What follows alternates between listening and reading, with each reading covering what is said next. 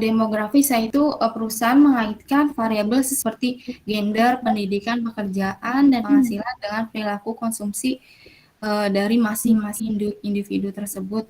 Lalu perusahaan kemudian mengembangkan analisis tentang apa yang memotivasi konsumen untuk membeli produk yang ditawarkan. Lalu segmentasi demografis itu penting karena beberapa variabel mempengaruhi secara langsung permintaan. Contohnya pendapatan adalah penentu utama daya beli konsumen.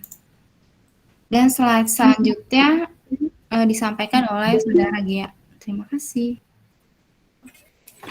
Untuk slide yang nomor 11, segmentasi psikografi, pembeli dibagi menjadi kelompok berdasarkan sifat psikologis atau kepribadian, gaya hidup atau nilai. Salah satu sistem yang terkenal, FOS dengan penekanan nilai dan gaya hidup dengan dimensi konsumen dan dimensi sumber daya konsumen, dan sistem segmentasi FOS. Lanjut Pak Hendri. Segmentasi perilaku dibagi berdasarkan pengetahuan, sikap, penggunaan, dan respon terhadap produk. Peran keputusan ada 5 macam, yaitu pencetus, influencer, pengambil keputusan, pembeli, dan pengguna. Pencetus itu orang yang memutuskan pernyataan atau perasaan atau kehendaknya. Kalau influencer itu metode promosi yang terbilang efisien. Setiap orang yang dianggap influencer itu bisa memasarkan ceruk pasar yang lebih spesifik. Influencer itu bisa disebut seperti artis, blogger, dan YouTuber. Lanjut Pak Hendri. Lanjutan segmentasi perilaku. Variabel perilaku adalah titik awal membangun segmentasi pasar. Kejadian, manfaat, status pengguna, tahap kesiapan pembeli, status loyalitas, dan sikap.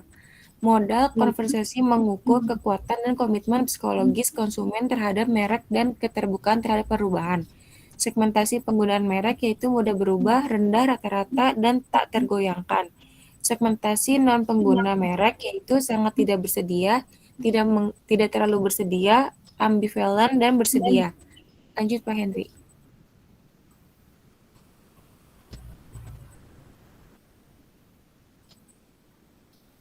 Ada 3 tahap yang dilewati pemasar untuk sampai pada keputusan melalui segmentasi pasar. Yang pertama itu pemasaran massal.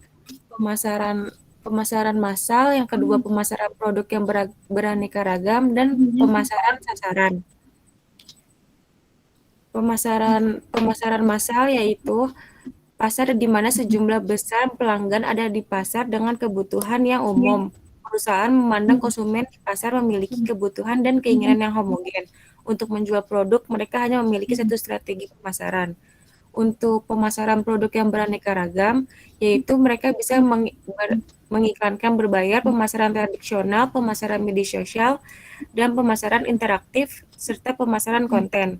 Yang nomor 3, pemasaran sasaran, yaitu adalah ukuran kuantitas dari apa yang dijual, produk, suatu organisasi, dan kepada siapa dijual. Sasaran perusahaan tidak lain merupakan tujuan didirikan perusahaan tersebut. Yang nomor 15, Pak Hendri.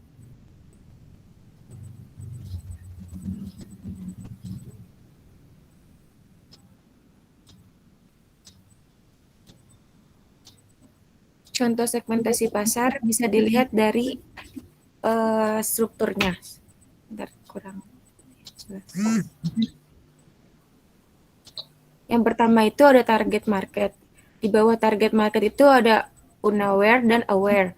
Dan di bawah aware itu ada not right dan tried. Di bawah not right itu ada negative opposition, neutral, dan favorable opposition. Dan di bawah tried itu ada rejected, not yet, repeated, dan repeated. Di bawah repeated itu ada loyal to other brand, switcher, dan loyal to brand. Dan di bawah loyal to brand itu ada like user, regular user, dan heavy user.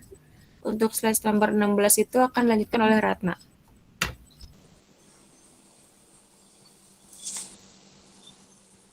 Oke, terima kasih. Ya, kemudian ada dasar segmentasi pasar bisnis. Dalam dasar segmentasi pasar bisnis, kita dapat mensegmentasikan pasar bisnis dengan beberapa variabel sama yang yang kita gunakan dalam pasar konsumen seperti geografis, demografis, manfaat yang dicari, dan tingkat penggunaan. Tetapi ada juga beberapa variabel lain yang karakteristik pribadi. Kemudian ada pemasar bisnis, biasanya mengidentifikasi segmen melalui proses yang berurutan seperti melakukan segmentasi makro dan melakukan segmentasi mikro. Next, Pak Hendri.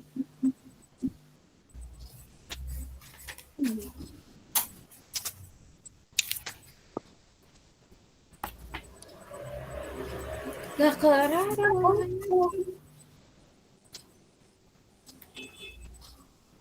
Pak Hendri, next. Sudah tampil kan? Di slide 17. Tapi di sini belum. Oh, udah nih. Maaf. Kemudian ada penentuan target pasar.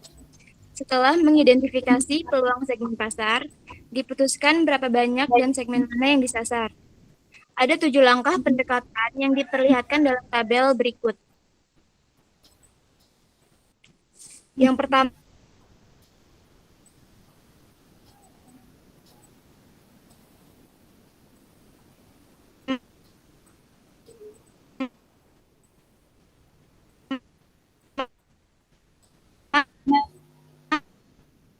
Ratna, maaf suaranya nggak jelas, Rat. ada identifikasi segmen.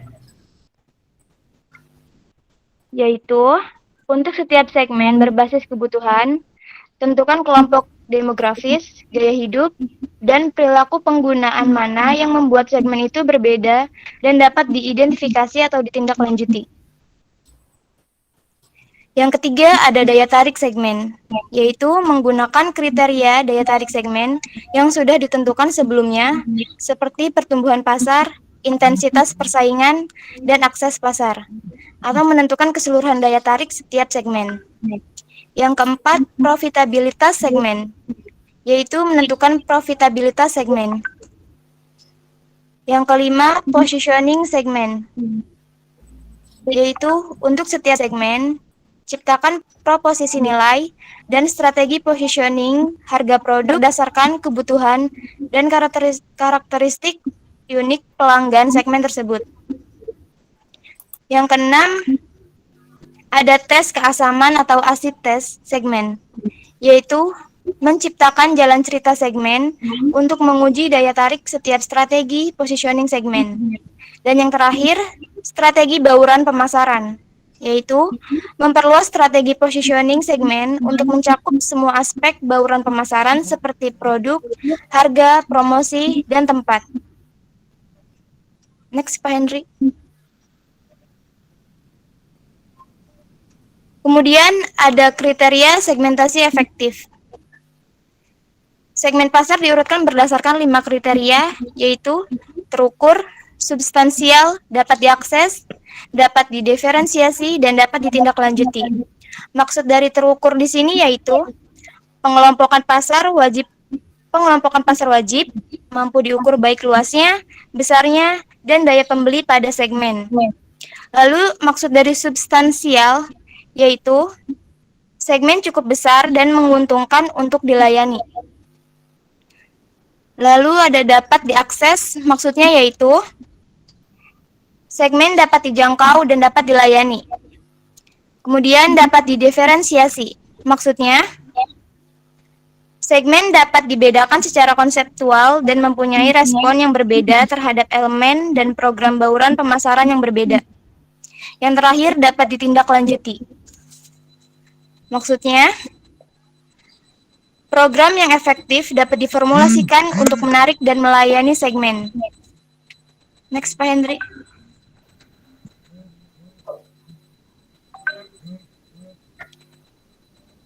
Kemudian ada pertimbangan tambahan mengevaluasi dan memilih segmen.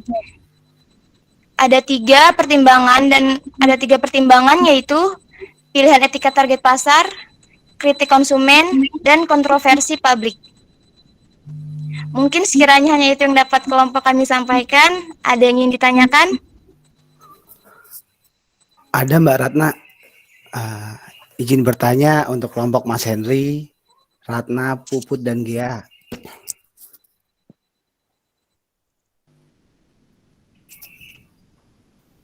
Halo, suara saya kedengaran nggak ya? Kedengaran Mas. Jelas banget Pak, dengeran Oh Pak. ya, ya. Ya. Sebagai penyiar radionya. Iya, Bang Bisa aja Darto, Pak, boleh. harus nih. Oh ya, Mas Henry dan teman-teman, saya mau menanyakan, melihat dari segi segmentasi geografis, bagaimana caranya Mas Henry dan kelompok jika menjadi pemasar, jika ingin memasarkan produknya di suatu daerah yang regulasinya menolak produk kita. Contohnya kayak di yang belum lama ini kan, yang masih hangat ya, di daerah Bantul dan di daerah Padang kalau nggak salah, itu kan mereka menolak adanya Indomaret dan Alfamart. Itu bagaimana caranya kelompok Mas Henry untuk memasarkan produk-produk seperti itu? Terima kasih. Baik Mas Santo, ada lagi selain Mas Santo, biar nanti kita list dulu. Setelah itu baru kita jawab dari masing-masing pertanyaan tersebut. Jadi pertanyaan Mas Santo, mohon maaf, boleh saya ulang ya Mas. Ya, Bagaimana cara kami menanggulangi ketika produk kami ditolak di suatu daerah ya Mas? Ya gini, lengkapnya gini sih Mas. Melihat dari segi segmentasi geografis, bila ingin memasarkan suatu produk tetapi ditolak oleh regulasi tempatnya, itu bagaimana caranya? Contohnya seperti tadi di daerah Bantul dan daerah Padang yang menolak adanya Indomaret dan Alfamart. Itu sih Mas. Baik Mas Santo, terima kasih banyak atas pengulangan pertanyaannya. Bagi yang lain, monggo. Mohon maaf Pak Patan, karena kita presentasinya masih banyak, kemungkinan untuk pertanyaan mohon izin saya batasi 3 ya Pak. Ya, memang 3 dulu nggak apa-apa Pak Mas Henry. Baik, Silakan yang lain. Mas Henry boleh? Saya. Siapa Ini Eko? Monggo Pak. semua ini. Kelas semua yang nanya ini ya. Ini Pak, aduh. Langsung di Sohib begini Pak Sohib. Baik, terima kasih Mas Henry untuk kesempatan yang diberikan. Selamat siang untuk kelompok 6. Pertanyaan saya sederhana. Jika untuk kelompok 6, ya semuanya saja kelompok 6, menjadi pimpinan atau manajer suatu perusahaan properti, apa yang akan saudara-saudara lakukan untuk mengidentifikasi segmen pembelian agar properti Anda terjual dengan bagus, dan target pasar seperti apa yang akan diraih ataupun dikejar oleh kelompok 6. Terima kasih. Dan juga kondisi kan sedang pandemi. Apa yang akan kelompok 6 lakukan untuk target pasar ke depannya? Terima kasih. sekalian sharing kayaknya ini ya. Iya nih kayaknya kayak sekalian sharing nih Pak Eko nih.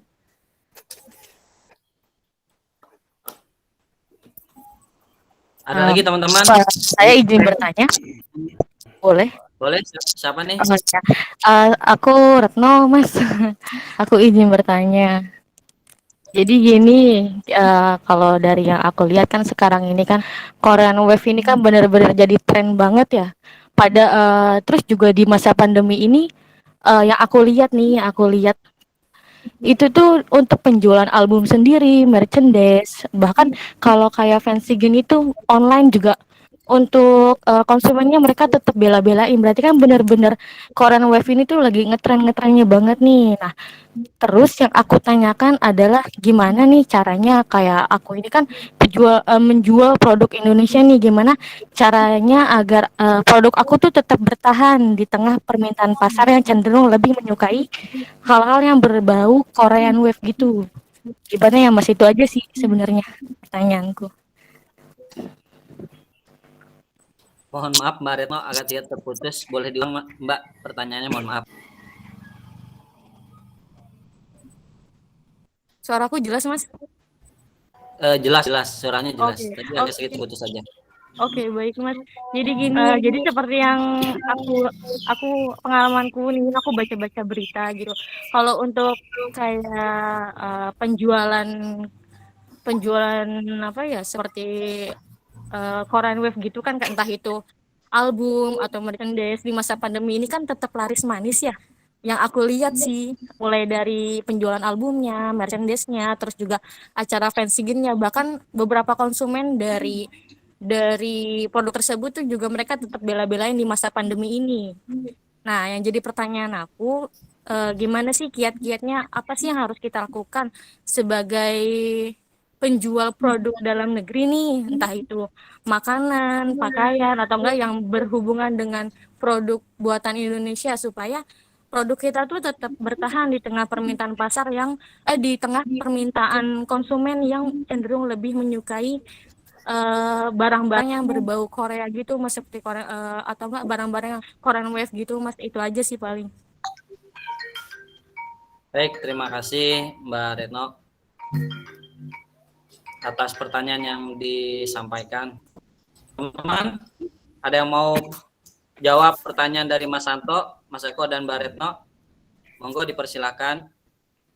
Ya, Bagi untuk ya. teman-teman yang lain silahkan jika setelah ada pertanyaan sudah menjawab, kemudian ada punya inspirasi atau mungkin ditip dulu Pak Hendri buat nanti setelah selesai presentasi dijawab semuanya. Boleh. boleh. Nanti ada yang mau nyanggah juga nggak apa-apa kok, nanti punya pendapat sendiri silahkan. Kalau ada pertanyaan Jadi gimana nih Pak Patan, apa lanjut presentasi dulu, apa mau lanjut jawaban pertanyaan nih Pak? pertanyaan aja nggak apa-apa, jawab pertanyaan. Ya, silakan Mas Henry.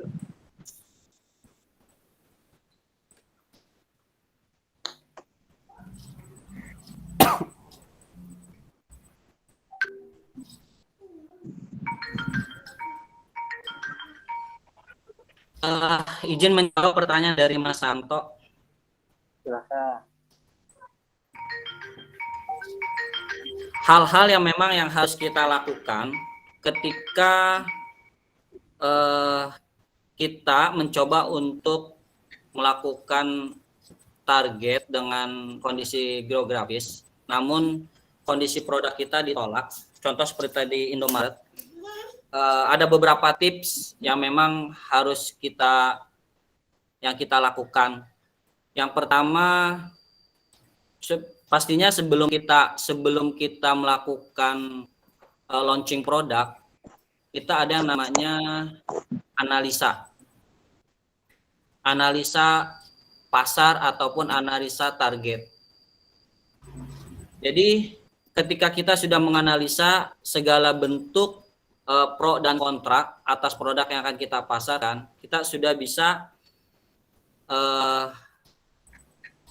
mencari solusi dari apa yang akan terjadi. Itu yang pertama Mas Santo. Jadi yang pertama kita melakukan analisa.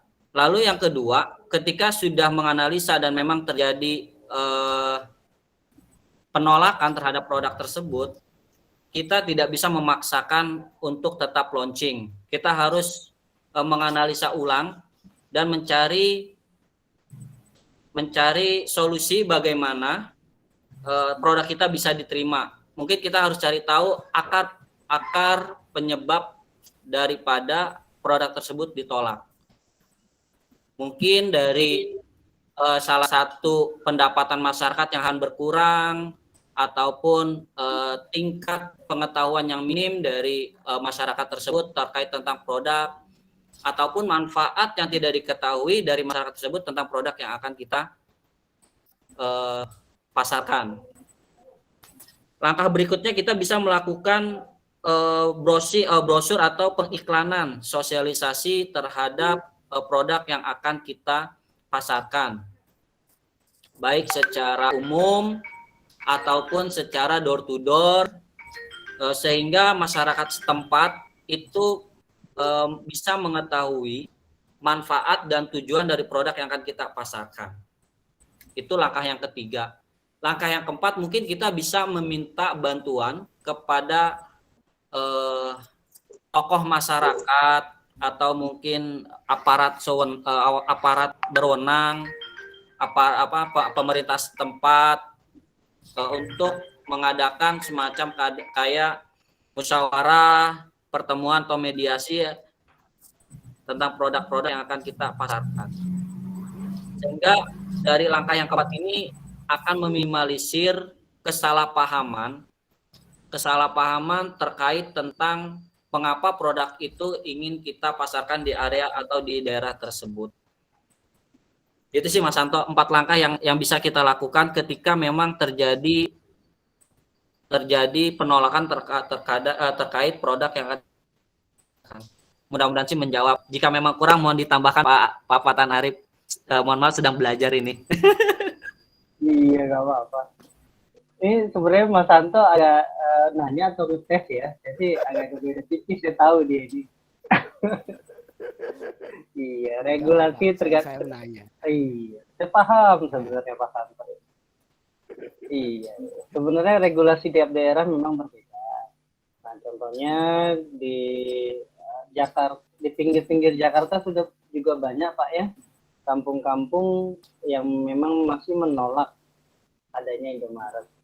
Nah, biasanya kampung-kampung itu yang masih berstatus desa, bukan kelurahan ya, tapi desa.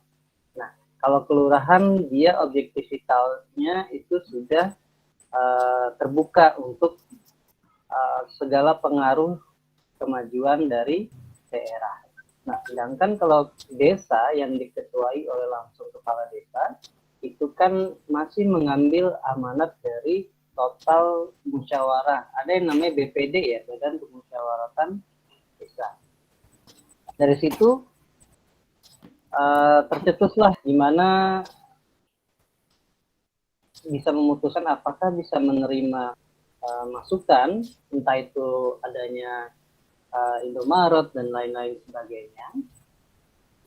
Jika diputuskan iya, maka dampaknya adalah banyak warga-warga sana yang punya warung-warung kecil ya, misalkan itu bisa dibilang terintimidasi karena mohon maaf nih ya, saya mohon maaf, mereka yang ada di desa biasanya kalau datang ke Indomaret berasa jalan ke mall, nah, kan gitu ya. Jadi warung-warung kecil yang memang harusnya bisa bertahan malah kurang peminat jadinya.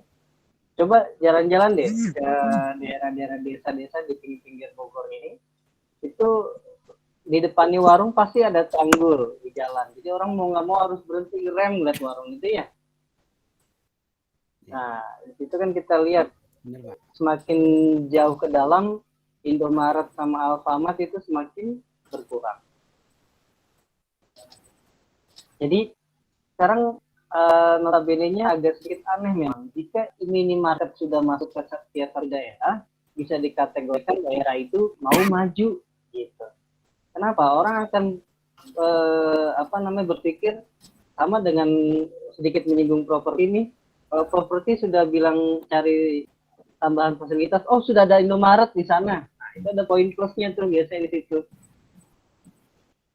Berarti orang itu mau maju. Nah, kendalanya satu, regulasi tadi sudah dimentok. Bagaimana cara melumatkan regulasi itu? Jadi harus adanya orang-orang yang berkepentingan untuk meluluhkan regulasi tersebut. Entah itu, saya nggak tahu ya di belakang layar seperti apa. Tapi memang kembali lagi daerah itu siap atau tidaknya maju ke depan atau tidak. Nah, imbas dari produk yang akan kita tawarkan di sana, kita lihat dulu tadi sudah dijelaskan bahwasanya ada yang bersifat segmentasi demografi ya, di mana kita lihat luas wilayahnya, total penduduknya, terus kategorinya penduduk itu seperti apa dan minatnya kemana nih. Nah, kan gitu ya.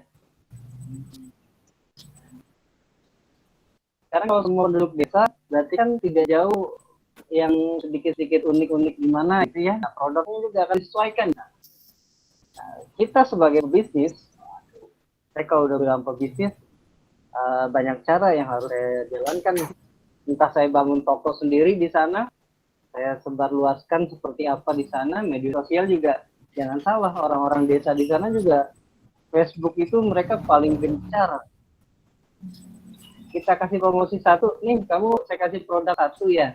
Tapi dalam 1 bulan kamu ngerjain promosi di akun media sosial kamu add saya, nanti saya akan lihat bagaimana proyek kamu ke teman-teman kamu, banyak nggak imbasnya ke pembelian di tempat saya. Nah, seperti itu. Jadi banyak cara kalau misalkan seorang pebisnis untuk melakukan ekspansi di dalam satu daerah. Seperti itu.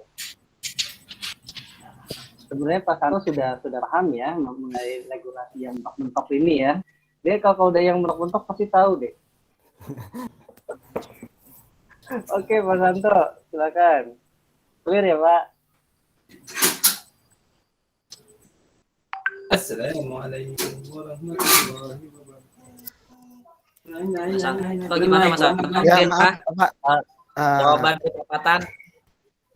Ya, terima kasih sih Pak jawabannya. Cuman mungkin tambahan kali Pak ya.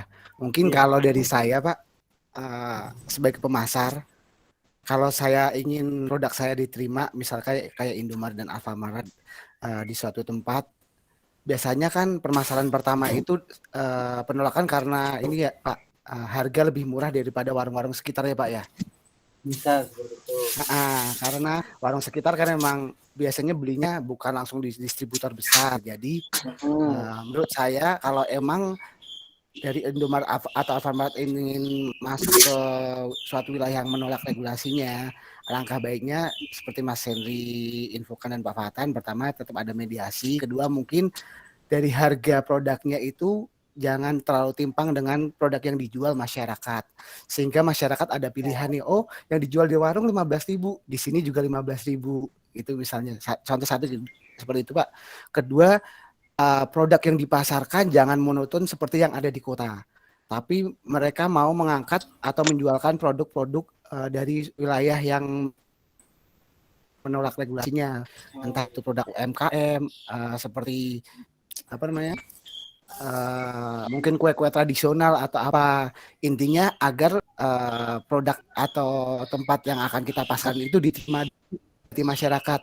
Nanti biasanya setelah diterima itu akan secara berkala akan ini sih Pak, akan ada perubahan dikit-dikit ya, tadinya harganya 15.000 jadi ada turun dengan kata-kata promo ya, biasanya sih kalau strategi pemasaran yang saya pakai sih seperti itu sih Pak, kalau di kerjaan, kalau untuk mempromosikan produk, apalagi bentrok dengan mungkin tangganya produk atau apa, biasanya saya gitu sih biar nggak terjadi cash ya antara kita dan regulasi atau sama-sama supplier atau produk yang sama gitu sih Pak. Intinya diterima aja dulu ya. Masalah nakal enggaknya belakangan ya. Iya, gitu sih Pak menurut saya. Iya, memang begitu. Kalau pebisnis itu harus tahu celah.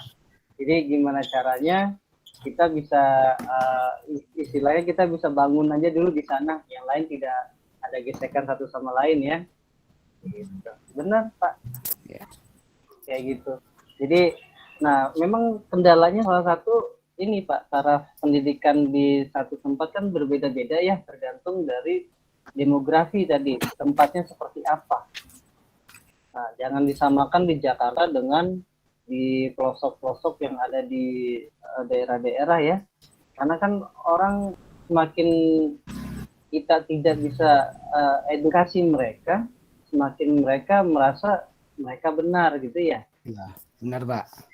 Di situ kan apa ya, challenging. Nah, ini tantangan nih bagi pebisnis semacam Pak Santo dan teman-teman lainnya nih.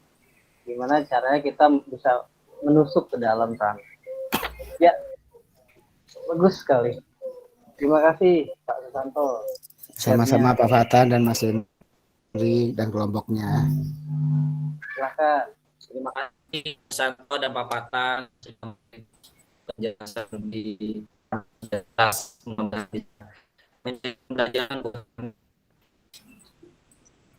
Silakan. Nah, pertanyaan kedua. Nanti pertanyaan dari Retno atau Mas Eko biar sama-sama aktif.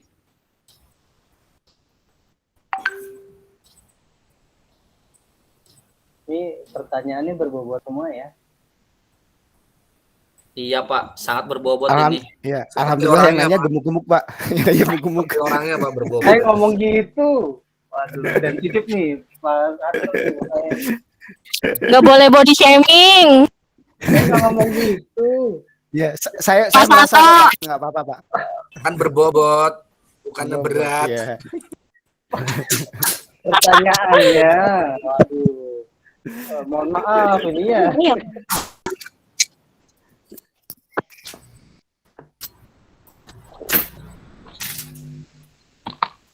Ayo teman-teman gimana?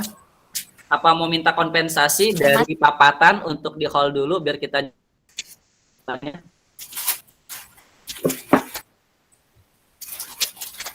Ya, lanjut. Gimana? Tadi ada siapa aja? Ada Ratna, ada Galuh, ada Puput. Siapa lagi kelompoknya? Mas Henry. Tadi pertanyaan saya sudah dikasih clue sama Pak Fatan. Ini properti itu. Tadi pertanyaan Mas Eko apa ya? Bisa diulang nggak ya? Kenapa Mbak Ika? Nah, tadi pertanyaan Mas Eko itu sebenarnya tentang identifikasi segmen, cuman segmennya segmen properti, apalagi di era pandemi kan gitu ya. Betul Pak. Nah, jadi gimana caranya nih? Tadi ada Henry, siapa lagi tadi? ada Gea, Gea, Puput sama Ratna. Gea mana Gea? Saya Pak. Gea masih sibuk kencing ya? Iya Pak. Ya? Ratna gimana Ratna? Masih nyari Pak. Masih nyari, waduh. Ratna itu biasanya out. Oh gitu ya. Ya, Anto ini ada tahu pertanyaan sekali langsung ya. set gitu biasanya. Enggak. Nyarinya di Google atau di bawah kasur nih? Puput gimana Puput? Sama masih nyari. Oh, masih nyari ya. Waduh, nggak usah pusing-pusing, langsung aja. Nggak, masalah salah benar itu belakangan. Kita sama-sama belajar kok. Nah, kalau memang pertanyaan Retno duluan nggak apa-apa, silakan. Siapa yang mau bahas pertanyaan Retno? Pak Fatan, tadi maaf Pak. Apa Tadi untuk pertanyaan Mas Eko. Nah, Cara monggo, segmentasi. Mas Eko, silakan dijelaskan Mas Eko. Iya. Oh, Mas Eko sih Pak Eko, Mas Eko. Mas Eko. Saya WA ke Mbak Ika tuh pertanyaan saya. Waduh, udah japri-japrian ini. Kayaknya udah dipersiapkan dari kemarin nih Pak pertanyaan Pak. Sampai udah di japri. Ini bukan sistem ini ya, balas dendam bukan ya, enggak ya? Bukan Pak. Bukan ya. Bukan Pak. Ini cuman menggali ini ya informasi. Sharing ya Pak ya. Sharing lah. Mungkin kayak tadi tuh saya ada soalnya di apa namanya di rumah saya tuh banyak banget tumbuh perumahan-perumahan baru Pak. Nah, apa namanya? Jadi yang seharusnya kampung jadi banyak perumahan sekarang gitu. Rumahnya di Pak. Saya Jadi saya penasaran begitu bagaimana gitu kan. Di daerah mana tuh Pak? Citayam Pak. Citayam. Itu Citayam. rapet Pak. Citayam, Roti Panjang. Citayam. Nah, itu daerah Depok yang pinggir sana tuh. Iya, padahal saya 5 tahun yang lalu di situ tuh masih banyak tanah-tanah kosong. Sekarang sudah banyak berdiri perumahan-perumahan. Ya mungkin kalau ada teman-teman yang mau beli perumahan dekat-dekat saya nggak apa-apa. Jadi biar jadi teman saya nanti. Nanti saya japri ya, Pak. Kenapa Tuh, Mbak Pak, Retno? ada Pak, saya tuh. boleh bantu. Monggo. Pak. Monggo, silakan Ika. Pak, saya ini ya Pak, izin membantu menjawab, tapi ini hanya pendapat saya aja sih Pak. Kalau salah mohon dikoreksi ya Pak. Ini tim-tim Dana semua kok, tenang aja. Mas Hendri, saya izin menjawab ya Mas Hendri untuk kelompoknya. Silakan, Mbak Ika, silakan dengan senang hati. nanti kalau ada yang kurang mohon ditambahkan ya Mas. Insya Allah kalau saya bisa, ntar saya minta tolong sama Papatan juga.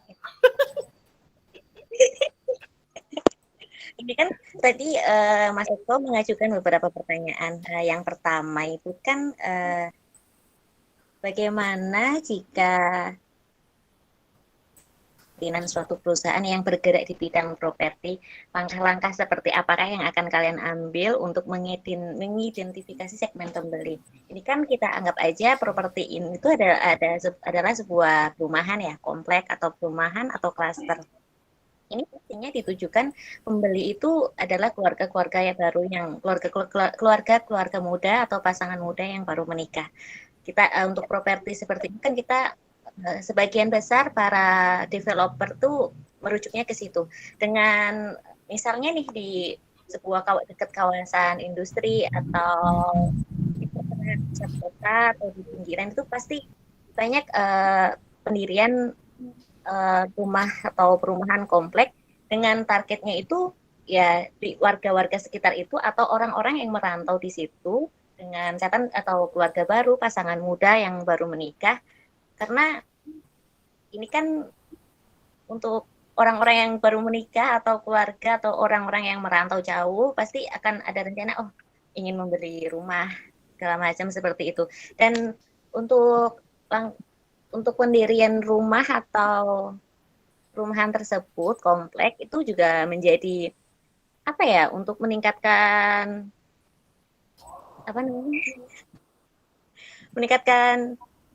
pendapatan juga di daerah setempat, karena kan secara tidak langsung mendirikan perumahan otomatis kita mengundang orang bukan dari daerah itu aja, bisa dari luar kota atau yang mungkin merantau menikah di sini, keluarga di sini untuk membeli rumah yang harganya mungkin lebih miring, lebih murah daripada daerah-daerah yang lain. Ya pada intinya segmentasi pembeli itu ya orang-orang kebanyakan ya pasangan muda, keluarga baru yang baru saja menikah untuk properti seperti itu. Nah, untuk pertanyaan yang kedua, upaya apa yang akan kalian lakukan guna meningkatkan target penjualan properti? Untuk masa pandemi saat ini, otomatis orang pendapatannya pun juga berkurang dengan keadaan yang seperti ini. Dengan mungkin developer bisa berlomba-lomba atau bank yang menawarkan dengan penawaran yang terbaik dengan harga-harga di komplek atau perumahan yang lainnya, memberikan penawaran yang terbaik atau dengan kredit KPR dengan harga sekian dengan jangka waktu kurun waktu kreditnya berapa tahun, nanti berapa kali bayarnya dengan harga seberapa, itu sebenarnya tergantung developernya itu menawarkan perumahan atau komplek atau klaster itu seperti apa gitu. Jadi intinya untuk segmentasi pembeli itu kita developer bisa merujuk ke maksudnya target pasarnya bisa ke pasangan muda yang baru menikah, keluarga baru yang mungkin memang ada niatan untuk membeli rumah. Dan tidak hanya dari warga sekitar aja sih, bisa di luar warga sekitar gitu. Untuk cara meningkatkan target penjualan properti ya tergantung developernya memberikan penawaran seperti apa, berlomba-lomba memberikan pelayanan dan penawaran terbaik dari developer lainnya. Mungkin itu saja sih Pak yang bisa saya sampaikan. Kalau ada yang kurang mohon ditambahkan ya Pak. Oke. Sebenarnya gini. Yang pertama kita lihat target pasar. Yang kedua segmentasi pasar. Yang ketiga lihat lokasi. Mungkin Pak Eko lokasinya bagus nih. Nah, saya apa yang paling depan jalan, pinggir jalan, jangan di pinggir jalan Pak, nanti tabrak ya. Ya agak-agak mendorong sedikit. Nah, apalagi di tengah jalan Pak, nggak boleh Pak. Nggak, tengah jalan nggak boleh. Iya. Maka nanti kan ada segmentasinya tuh. Yang kalau mau yang subsidi agak menusuk ke dalam, ya enggak? Biasanya subsidi itu di dalam tuh. Nah, dari mulai ke depan itu harganya agak-agak mahal, menurun sampai dengan rumah subsidi. Nah, sekarang target marketnya apa? Apa yang dicapai dan memang kira-kira kalau kita buat rumah harga 500 juta laku nggak nih dengan posisi seperti ini? Berarti kan sebelumnya sudah ada riset pemasaran di situ, di mana tim-tim dari pemasaran sudah bergerak dan mencari tahu tingkat daya beli masyarakat sejauh mana di sana. Memang bukan masyarakat sana saja yang menjadi salah satu targetnya, tapi masyarakat di luar daerah yang akan dipromosikan gitu.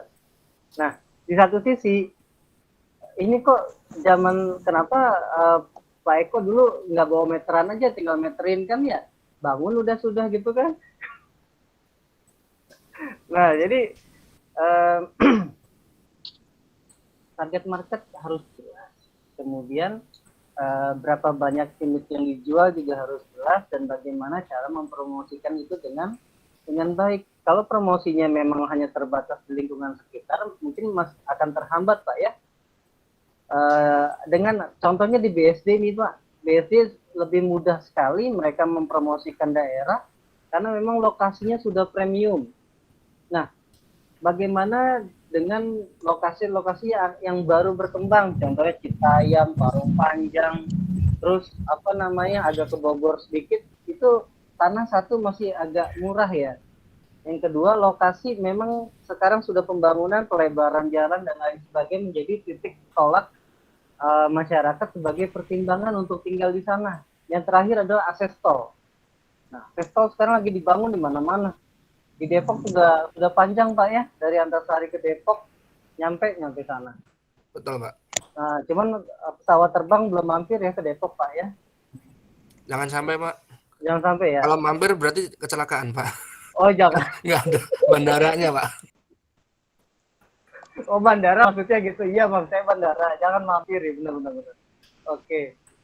Jadi kita harus tahu dulu akses premium dan kelebihan-kelebihan apa yang ditawarkan. Nah, terus bagaimana nih caranya menjual rumah di saat pandemi? Di satu sisi orang lagi kekurangan uang, satu sisi kita harus menjual barang. Nah, teknik-teknik memang banyak, Pak. Dilihat di beberapa media sosial, banyak orang-orang di saat pandemi bukannya makin berkurang dananya, malah makin bertambah. Kita nggak tahu source-nya dari mana, nih sumbernya. Apa dia punya pabrik di belakang sana? Nah, Pak Santo jangan negatif ya, nanti bilang pabrik tuyul lagi, jangan. Nah, jadi banyak, mungkin dia punya usaha-usaha apa di belakang sana, kita nggak akan ada yang tahu, atau yang sudah menabung jauh-jauh hari Pak. Nah ini kan sama saja kita mencari berlian di tumpukan jerami nih, kelihatan tapi susah diambil, kan gitu ya. Nah itulah orang-orang pemasar harus teliti dan jeli dalam mencari konsumen dalam memasarkan produknya, kayak gitu.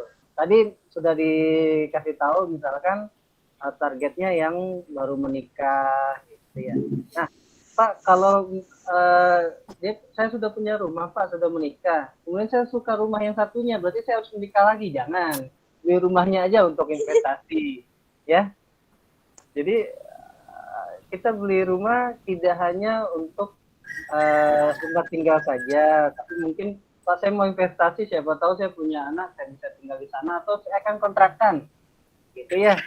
Nah, saya punya kos-kosan juga tuh di belakang UIN, ada sekitar 3 sampai 5 pintu, saya kontrakkan nih Pak. Jadi investasi aja berbagai macam jenisnya, tidak hanya emas, tidak hanya banyak ya, kendaraan dan lain sebagainya. Rumah, tanah, walaupun dirawat, walaupun dijaga, kita bisa jadikan nilai investasi yang bagus. Gitu. Untuk promosi, banyak cara promosi yang akan kita jalankan, tergantung dari target market mana yang kita akan tuju. Gitu. Nah, lokasi juga harus dipertimbangkan. Kurang lebihnya silakan, ada yang mau nambahkan, monggo.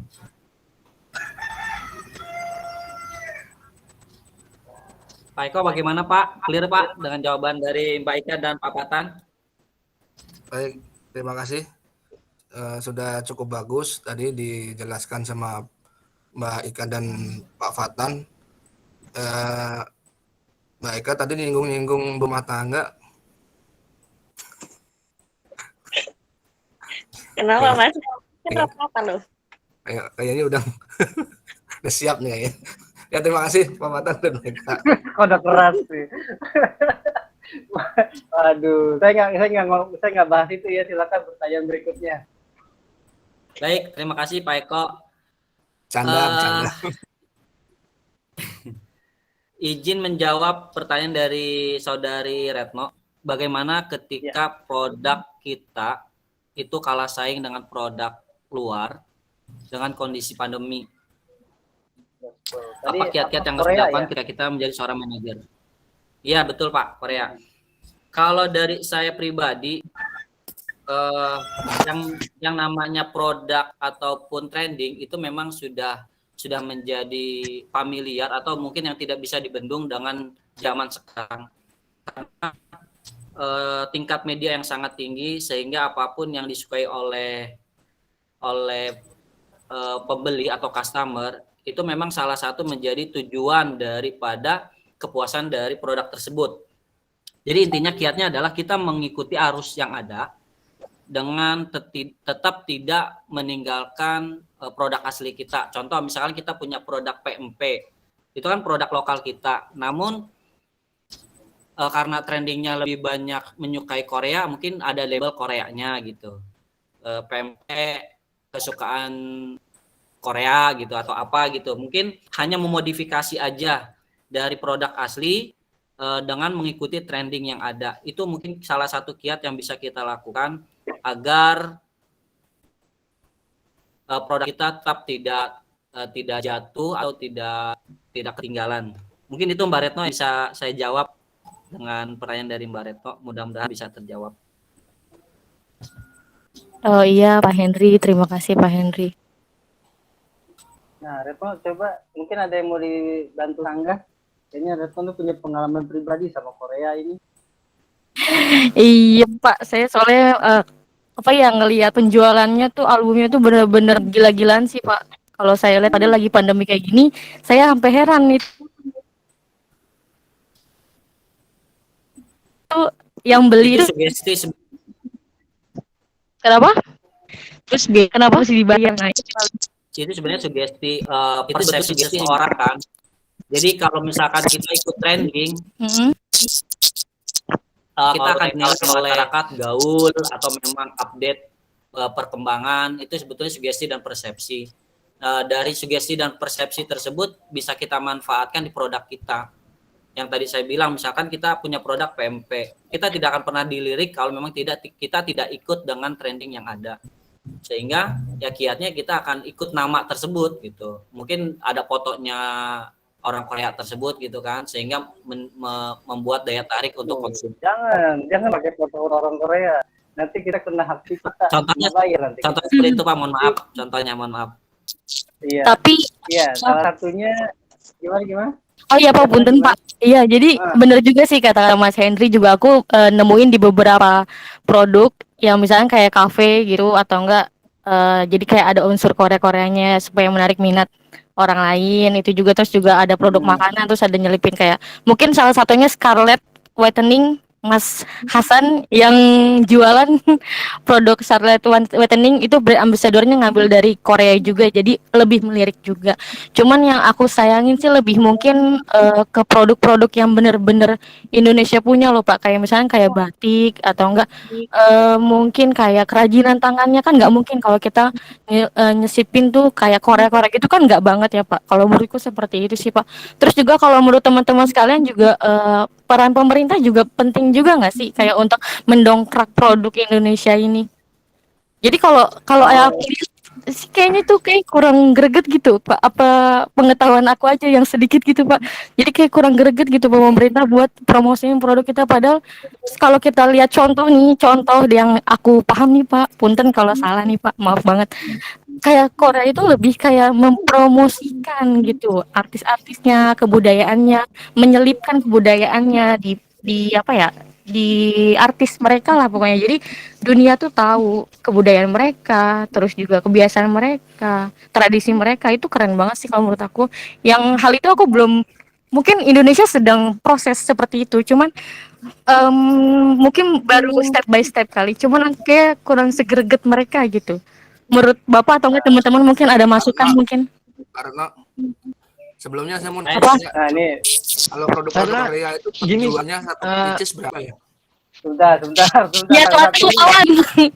Hah? satu-satu, gini. Satu Kak kawan. Retno, Enggak, setahu saya kalau produk gini Kak Indonesia Retno. itu justru malah sudah mendunia gitu. Kayak contoh kayak batik keris.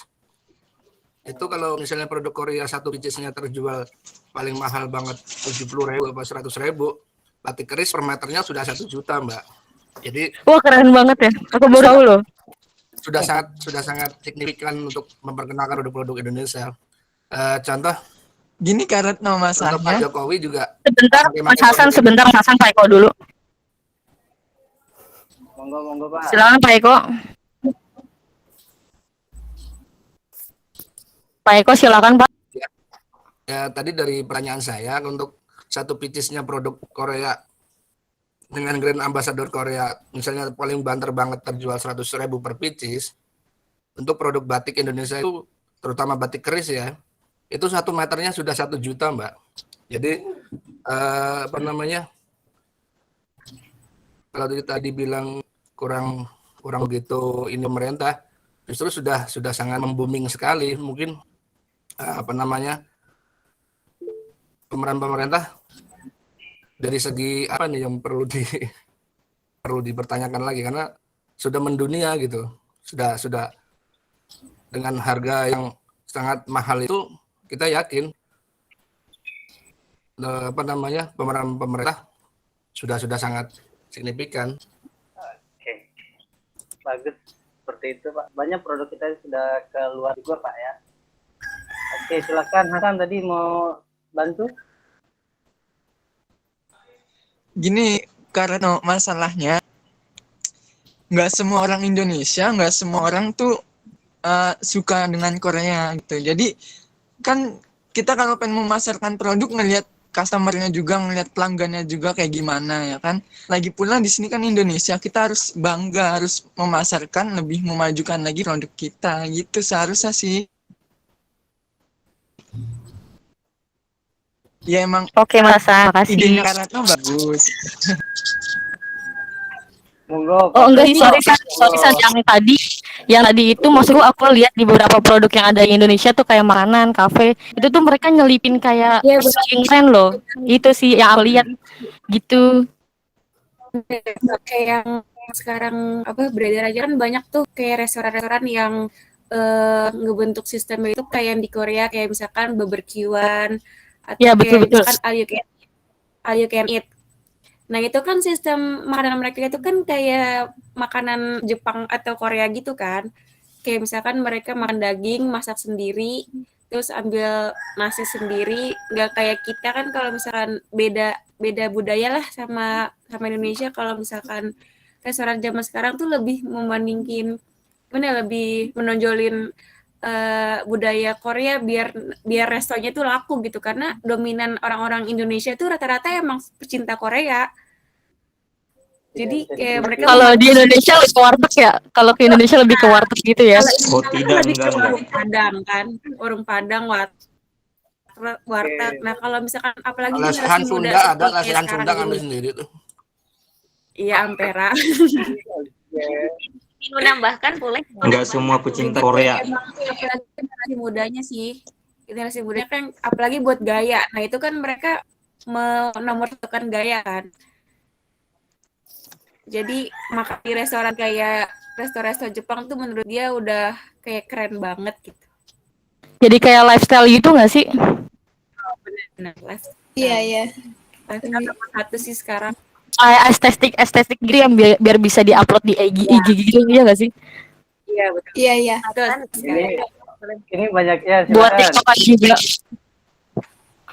Karena jujur aja aku juga suka makan di kayak all you can eat karena emang gimana ya, enak juga sih. Terus kayak berasa Makannya kayak orang banyak luar ya. aja gitu, goreng-goreng barbekyuan sendiri.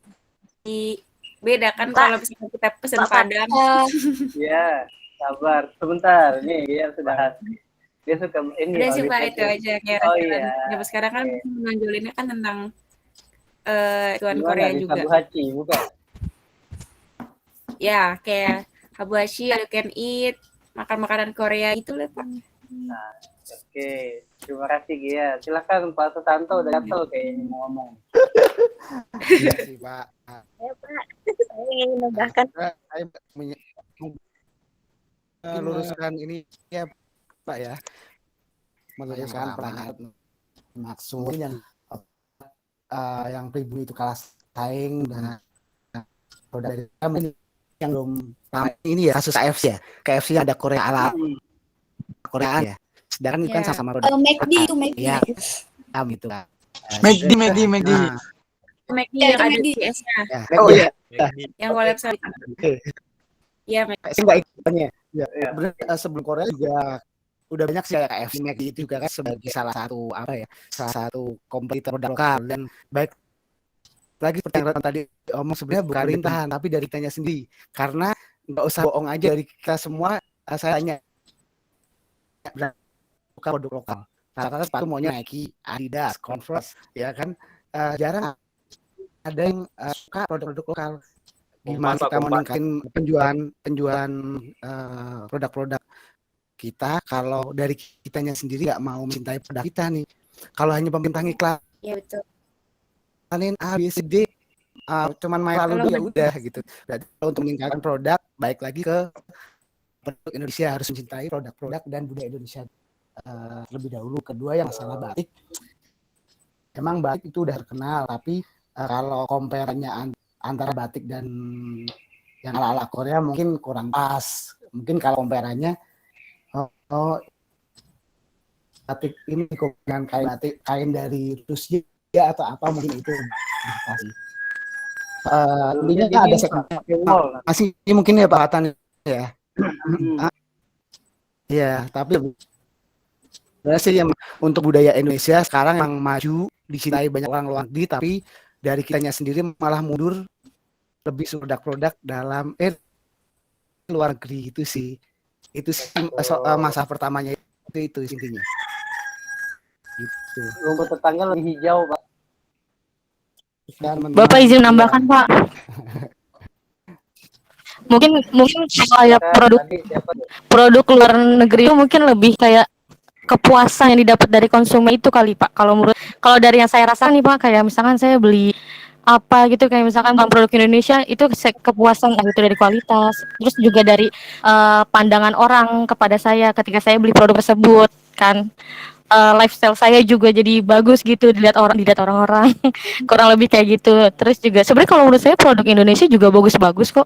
Cuman nggak semua tapi ya nggak semua. Cuman yang dari saya rasakan pribadi pengalaman belanja gitu kayak kurang puas gitu saya. Kalau untuk produksi oke, cuma kayak entah itu pelayanannya, harganya kadang juga saya pribadi sering ketipu sama harganya gitu. Ya kan, apalagi kalau misalnya saya pergi ke daerah mana gitu, ke daerah mana saya bahasanya bahasa lokal, bahasa Indonesia gitu, bahasa Indonesia, saya pergi ke Batam atau kemana gitu, harganya tuh dinaikin karena saya misalkan bukan orang pribumi sana gitu, bukan orang lokal sana. Jadi kayak gitu sih Pak, jadi orang-orang tuh pada, mungkin kalau saya pribadi saya males gitu, bisa dibilang saya males produk Indonesia suka, cuman pelayanannya kurang suka, misalkan kayak gitu. Itu pendapat pribadi saya sih Pak, cuman kalau teman-teman mungkin ada pendapat lain, monggo disampaikan. Itu aja sih Pak paling Pak. Ada lagi? Saya Pak mau menambahkan. Mangga, silakan. Saya izin menyanggah untuk, bukan menyanggah ya, maksudnya menanggapi pendapat dari tadi Mas Eko dan Mbak Gea soal, kalau Mas Eko kan tadi tentang batik keris yang mungkin dijual oleh pemerintah atau dipromosikan oleh pemerintah bisa hingga terjual sampai jutaan rupiah. Itu sebenarnya peran pemerintah untuk pemasaran produk-produk Indonesia itu sudah ada andilnya gitu di dalam mempromosikan produk-produk Indonesia, hanya saja kurang dikonsumsi publik gitu, kurang di promosi. Iya, kurang diberitakan gitu. Jadi kayak ya sembunyi tangan aja gitu, walaupun peran pemerintah memang sudah ada gitu tanpa kita ketahui, tapi kita kan merasakan dampaknya terutama oleh penjual-penjual kayak batik keris yang sudah dibantu pemerintah hingga penjualannya bisa ke luar negeri. Dan untuk perkara di restoran Korea atau Sunda, ini sebenarnya tergantung selera masing-masing orang dan lifestyle seseorang ya Pak. Terutama ini untuk restoran-restoran yang ala-ala Jepang, Korea. Itu biasanya kebanyakan targetnya itu yang, maksudnya konsumennya itu usia-usia remaja hingga dewasa Pak. Karena memang usia-usia remaja dan dewasa tersebut lebih mengedepankan yaitu tadi yang disampaikan Mbak Retno, kepuasan tersendiri ketika kita makan di restoran yang ala-ala Korea, ala-ala Jepang, namun tidak menutup kemungkinan kayak restoran Sunda yang seperti Mas Eko sampaikan, itu tetap banyak minatnya, hanya saja perbedaan di konsumennya. Kayak restoran Sunda itu kebanyakan untuk acara-acara formal, untuk orang-orang yang maksudnya orang-orang gimana yang udah umur 30 ke atas gitu, yang lebih kayak kenyamanannya aja gitu, bukan hanya mengedepankan lifestyle, kepuasan, tapi kalau makanan Sunda itu lebih kayak ke kenyamanan aja gitu, lingkungan yang adem, asri.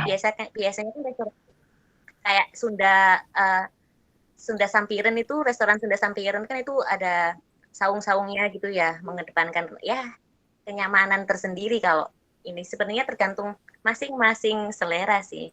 Ada tujuan targetnya juga sih Pak. Yang kalau restoran mau makan Sunda itu di Bogor tuh dekat. Samping Ramayana. Enak itu. Iya, Oke, ada lagi? Emang kadang udah Pak, menurut saya sih. Oke, Aldi yang mau nambahkan, Aldi? Enggak Pak, cukup Pak. Cukup ya. Iya, kembali semua bagus-bagus ya. Kalau misalkan kita sebagai pebisnis, kita harus memanfaatkan situasi agar kita mendapat keuntungan. Nah, tadi Retno sama teman-teman sudah jabarkan bahwasannya kita lihat yang lagi on fire yang mana nih. Gimana cara produk kita laku kan? Kalau misalkan produk kita mengikuti zaman, mengikuti yang lagi trending, mau tidak mau orang akan tertarik. Satu lagi yang tadi sudah dibilang ada brand ambassador dari Korea. Wah, ini kayak istri saya di demam drakor, kalau di pojokan pasti nonton drakor. Jadi rata-rata ya hampir ini perempuan pada suka Korea, saya nggak tahu kenapa ya. Kecuali saya Pak. Oh gitu ya. Oh. Mungkin saya lebih mending kalau nonton TV ada Pak Eko di situ daripada ada dari Korea kan. Ya, jadi sesuatu tergantung dari konsumen. Itulah kenapa nanti ada yang namanya indikator kepuasan konsumen. Nah, indikator itu dilihat dari jumlah produksi, jumlah penjualan, dan bagaimana strategi pemasaran yang ada. Seperti itu. Nah, Korea ini memang demam sekali ya. sehingga semua yang berbau-bau Korea juga cepat laku, entah itu tas, baju, dan segala merchandise yang sudah dibilang. Bahwasanya sebagai pebisnis kita lihat dulu kita sebagai apa di sana. Kalau kita sebagai pebisnis, manfaatkan peluang yang ada dengan sebaik mungkin untuk meraup keuntungan. Itu ya. Tapi sebagai pemasar yang bijak, kita juga harus melihat kondisi dengan baik, segmentasi dengan baik, dan bagaimana cara penerapan penjualan produk juga dengan baik. Seperti itu. Gimana? Clear semua? Kayaknya antusias ya kalau giliran Korea ya. Antusias sekali Pak. Koreaan. Tadi ada Tulus mau ngomong gimana Tulus? Nggak suka Korea kayak Tulus ini ya? Iya Pak, kenapa Pak? Nah, gimana pendapatmu? Katanya kamu kurang suka Korea. Bukan nggak suka sih, pas sesama manusia kan nggak boleh gitu. Oh gitu ya.